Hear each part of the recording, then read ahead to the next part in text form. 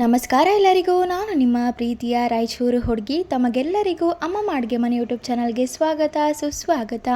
ಇವತ್ತಿನ special recipe ಏನಪ್ಪ ಅಂದರೆ ಸಖತ್ ಟೇಸ್ಟಿಯಾಗಿರುವಂತಹ ಮನೇಲಿ ಮಾಡುವಂತಹ ಆಲೂ ಟಾಕೋಸ್ನ ಯಾವ ರೀತಿ ಮಾಡೋದು ಅಂತ ನೋಡ್ಕೊಂಡು ಬರೋಣ. ಮೊದಲಿಗೆ ಈ ರೆಸಿಪಿನ ಮಾಡಲಿಕ್ಕೆ 4 ರಿಂದ 5 ಆಲೂಗಡ್ಡೆನ ತಗೊಂಡು ಅದನ್ನು ತುಂಬ ಚೆನ್ನಾಗಿ ಕುದಿಸ್ಕೋಬೇಕು. ಅದಾದಮೇಲೆ ಈ ರೀತಿ ಸ್ಮ್ಯಾಶ್ ಮಾಡಿ ಎತ್ತಿಟ್ಕೋಬೇಕು. ಹಾಗೆ 2 ರಿಂದ 3 ಈರುಳ್ಳಿನ ಈ ರೀತಿ ಚಿಕ್ಕ ಚಿಕ್ಕದಾಗೆ ಕಟ್ ಮಾಡಿ ಎತ್ತಿಟ್ಕೋಬೇಕು. ಹಾಗೆ ಚಪಾತಿಗೆ ಯಾವ ರೀತಿ ಹಿಟ್ಟನ್ನು ನಾದ್ತೀವೋ ಅದೇ ರೀತಿ ಹಿಟ್ಟನ್ನು ನಾದಿ ಎತ್ತಿಟ್ಕೊತಾ ಇದ್ದೀನಿ.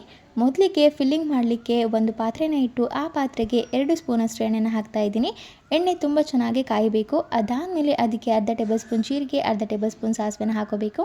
ಜೀರಿಗೆ ಸಾಸಿವೆ ಚಟಪಟ ಅಂದಮೇಲೆ ಮುಂಚೆನೇ ತೊಗೊಂಡು ಇಟ್ಕೊಂಡಿರುವಂತಹ 4 ರಿಂದ 5 ಎಲೆ ಕರಿಬೇವನ್ನ ಹಾಕೋಬೇಕು. ಹಾಗೆ ಮುಂಚೆನೇ ಹೆಚ್ಚಿ ಇಟ್ಕೊಂಡಿರುವಂತಹ ಈರುಳ್ಳಿನ ಇದೇ ಹಂತದಲ್ಲಿ ಹಾಕಿ ತುಂಬ ಚೆನ್ನಾಗಿ ಫ್ರೈ ಮಾಡ್ಕೋಬೇಕು.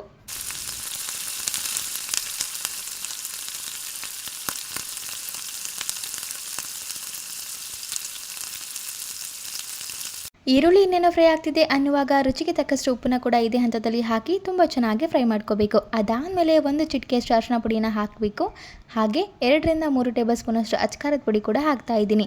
ನೀವು ನಿಮ್ಮ ಖಾರದ ಅನ್ವಯ ಅಚ್ಕಾರದ ಪುಡಿನ ಹಾಕ್ಕೊಳ್ಳಿ ಅಥವಾ ಮೆಣಸಿನ್ಕಾಯಿ ಕೂಡ ಹಾಕೋಬೋದು. ಹಾಗೆ ಇದೇ ಹಂತದಲ್ಲಿ ಮುಂಚೆನೇ ಬೇಯಿಸಿ ಇಟ್ಕೊಂಡಿರುವಂತಹ ಆಲೂಗಡ್ಡೆನ ಸೇರಿಸಿ ತುಂಬ ಚೆನ್ನಾಗಿ ಕಲಿಸ್ಕೋಬೇಕು. ಮಾಡಿರುವಂತಹ ಒಗ್ಗರಣೆ ಹಾಗೆ ಆಲೂಗಡ್ಡೆ ತುಂಬ ಚೆನ್ನಾಗಿ ಮಿಕ್ಸ್ ಆಗಬೇಕು. ಅಲ್ಲಿವರೆಗೂ ಅದನ್ನು ಕಲಿಸ್ತಾ ಹೋಗಬೇಕು. ಎಲ್ಲನೂ ತುಂಬ ಚೆನ್ನಾಗಿ ಕಲಿಸ್ಕೊಂಡು ಆದಮೇಲೆ ಫ್ಲೇಮ್ನ ಆಫ್ ಮಾಡಿಕೊಂಡು ಅದನ್ನು ಸೈಡಿಗೆ ಎತ್ತಿಟ್ಕೋಬೇಕಾಗುತ್ತೆ. ಹಾಗೆ ಮುಂಚೆನೇ ನಾವು ಹಿಟ್ಟನ್ನು ನಾದಿ ಇಟ್ಕೊಂಡಿರ್ತೀವಲ್ಲ, ಆ ಹಿಟ್ಟನ್ನು ತೊಗೊಂಡು ಸ್ವಲ್ಪ ಎಣ್ಣೆನ ಸವರ್ಕೊಂಡು ಅದನ್ನು ಮತ್ತೊಂದು ಸತಿ ಈ ರೀತಿ ನಾದ್ಕೋಬೇಕಾಗುತ್ತೆ. ಅದಾದಮೇಲೆ ನಾವು ಚಪಾತಿನ ಮಾಡಲಿಕ್ಕೆ ಯಾವ ರೀತಿ ಉಂಡೆನ ಮಾಡ್ಕೋತೀವೋ ಅದೇ ರೀತಿಯಾಗಿ ಉಂಡೆಗಳನ್ನು ಮಾಡಿ ಎತ್ತಿಟ್ಕೋಬೇಕು. ಅದಾದಮೇಲೆ ಅದನ್ನು ಒಣ ಹಿಟ್ಟಲ್ಲಿ ಡಿಪ್ ಮಾಡಿ ಸೇಮ್ ಚಪಾತಿ ಯಾವ ರೀತಿ ಲಟ್ಟಿಸ್ತೀವೋ ಅದೇ ರೀತಿಯಾಗಿ ತುಂಬ ಚಿಕ್ಕದಾಗಿ ಲಟ್ಟಿಸ್ಕೋಬೇಕಾಗತ್ತೆ. ಈ ಫುಲ್ಕ ಚಪಾತಿ ಎಲ್ಲ ಮಾಡ್ತೀವಲ್ಲ ಆ ರೀತಿ ಅದನ್ನು ಲಟ್ಟಿಸ್ಕೋಬೇಕು. ತೀರಾ ದಪ್ಪ ಬೇಡ, ತೀರಾ ತೆಳು ಬೇಡ, ಮೀಡಿಯಮ್ ಸೈಜಲ್ಲೇ ಅದನ್ನು ಲಟ್ಟಿಸ್ಕೊಳ್ಳಿ. ಶೇಪು ಕಂಪ್ಲೀಟಾಗಿ ರೌಂಡಾಗೆ ಬರಬೇಕು ಅಂತ ಏನಿಲ್ಲ, ನೀವು ಯಾವ ಶೇಪಲ್ಲಿ ಬೇಕಾದರೂ ಮಾಡ್ಕೋಬೋದು. ನೋಡಿ, ಇಷ್ಟ ಆದರೆ ಸಾಕಾಗುತ್ತೆ. ಅದೇ ರೀತಿಯಾಗಿ ಮತ್ತೊಂದು ಕಡೆ ಒಂದು ಹಂಚನ್ನು ಕೂಡ ಕಾಯಲಿಕ್ಕೆ ಇಟ್ಟಿದ್ದೀನಿ. ಹಂಚ ಮೇಲೆ ಸ್ವಲ್ಪ ಎಣ್ಣೆನ ಅಥವಾ ತುಪ್ಪನ ಸವರಿ ಅದಾದಮೇಲೆ ನಾವು ಮಾಡಿ ಇಟ್ಕೊಂಡಿರುವಂತಹ ಚಪಾತಿನ ಹಾಕಿ ಅದು 2 ಸೈಡು ಕಂಪ್ಲೀಟಾಗಿ ಬೇಯಬೇಕು. ಜಾಸ್ತಿ ಬೇಯಿಸ್ಕೋಬೇಡಿ, ಮೀಡಿಯಮ್ ಫ್ಲೇಮಲ್ಲಿ ಇಟ್ಟು ಬೇಯಿಸ್ಕೊಳ್ಳಿ.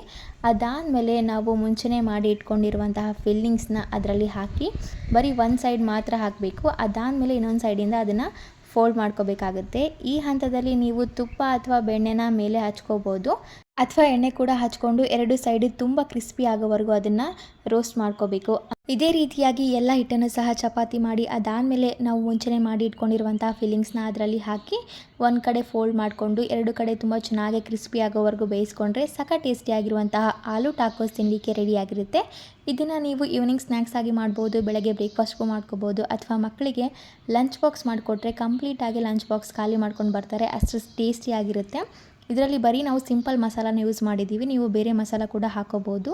ಸೊ ನೋಡಿದ್ರಲ್ಲ, ಇದಾಗಿತ್ತು ಇವತ್ತಿನ ಹೆಲ್ದಿ ಆ್ಯಂಡ್ ಟೇಸ್ಟಿ ರೆಸಿಪಿ. ಈ ರೆಸಿಪಿ ನಿಮಗೇನಾದರೂ ಇಷ್ಟ ಆಗಿದ್ದರೆ ಅಮ್ಮಮ್ಮ ಅಡುಗೆ ಮನೆ ಯೂಟ್ಯೂಬ್ ಚಾನಲನ್ನು ಲೈಕ್ ಮಾಡಿ, ಶೇರ್ ಮಾಡಿ, ಕಮೆಂಟ್ ಮಾಡಿ ಹಾಗೂ ನಮ್ಮ ಚಾನಲನ್ನು ಸಬ್ಸ್ಕ್ರೈಬ್ ಮಾಡಿ. ಧನ್ಯವಾದಗಳು.